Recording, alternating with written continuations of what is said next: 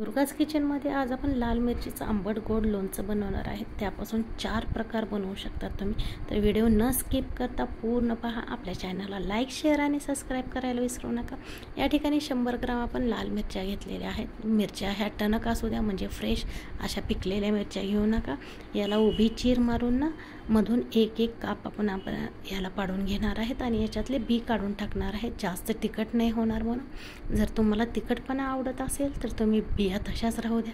तर पहिला प्रकार सांगते, जे आपण पाणीपुरी सोबत जी आंबट गोड चटणी खाते ना, ती याच्यापासून बनवू शकतो। एका मिक्सरच्या जारमध्ये 2-3 चम्मच हे लोणचं घ्यायचं, अर्धा कप पाणी घालायचं, त्याला मिक्सरमधून एकदम फाईन पेस्ट करून घ्यायची आणि त्याला दुसऱ्या जारमध्ये ट्रान्सफर करून त्यात अर्धा लिटर पाणी, थोडंसं मीठ, थोडं काळं मीठ आणि थोडंसं धनेजिऱ्याची पूड आणि लाल तिखट घातलं, ते झालं आपलं पाणीपुरीचं आंबट गोड पाणी तयार झालं। तसंच दुसरा प्रकार म्हटलं तर जी इडली चटणीसोबत लाल चटणी बनते ना, तीही आपण लोणच्यापासून बनवू शकतो। 2-3 चमचे आपण या ठिकाणी हे लोणचं घ्यायचं, त्यात ओलं नारळ घालायचं, मिक्सरमध्ये फिरवून घेतलं की तयार झाली ती आपली लाल चटणी। या ठिकाणी 100 ग्राम मी या ठिकाणी चिंच घेतलेली आहे। ती चिंच आपल्याला व्यवस्थित भिजत ठेवायची आहे। या ठिकाणी पूर्ण मिरचीच्या बिया काढून झालेल्या आहेत। आता याचे छोटे छोटे काप करून घेऊत आपण। तिसरा प्रकार म्हटलं तर जे आपण मोमोजसोबत जी डार्क कलरची, रेड कलरची तिखट चटणी बनवतो ना, तीही यापासून बनवू शकते। आणि चौथा प्रकार तर हा लोणच्याचाच सेम प्रकार आहे। एकच इन्ग्रेडियंटपासून 4 प्रकार आपण बनवू शकतो। चला तर ही रेसिपी चालू करूया। या ठिकाणी 1 डाव आपण तेल घेतलं, त्याच्यात थोडेसे आपण जिरे घालणार आहेत, 1 चमच्याभर। या ठिकाणी ना फक्त मी ना या ठिकाणी चिंच वापरली आहे, त्याचं पाणी तसंच राहू दिलेलं आहे। चिंचला छानसं असं प्रेस करून घेतलेलं आहे। तेवढाच गूळ, म्हणजे जेवढी चिंच आणि लाल मिरची आहे तेवढाच समप्रमाणात 100 ग्राम गूळ घेतलेला आहे। गूळ थोडासा मेल्ट झाला ना, 1-2 मिनटात मेल्ट होतो। त्याच्यामध्ये ना 1-1.5 चमचा मी काळं मीठ घालणार आहे। काळं मिठानं खूप छान अशी टेस्ट येते।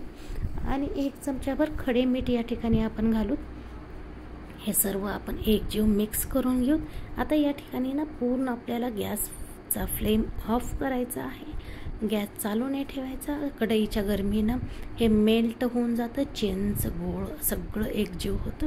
आणि या बंद गॅसमध्येच आपल्याला ना ह्या मिरच्या टाकायच्या आहेत। मिरच्याला आपण शिजवणार नाहीत, शिजवण्याची गरज नाही, कारण आपल्याला ना त्या जसं आपण लोणचं मुरवतो ना, तसेही आपल्याला मिरची मुरवायची आहे।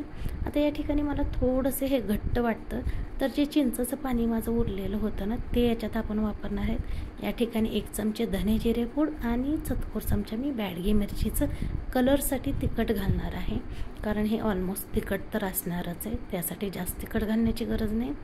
टेस्ट करून बघते, अप्रतिम झालेलं आहे। थोडंसं घट्ट वाटत आहे, तर हे चिंचचं पाणी घालत आहे।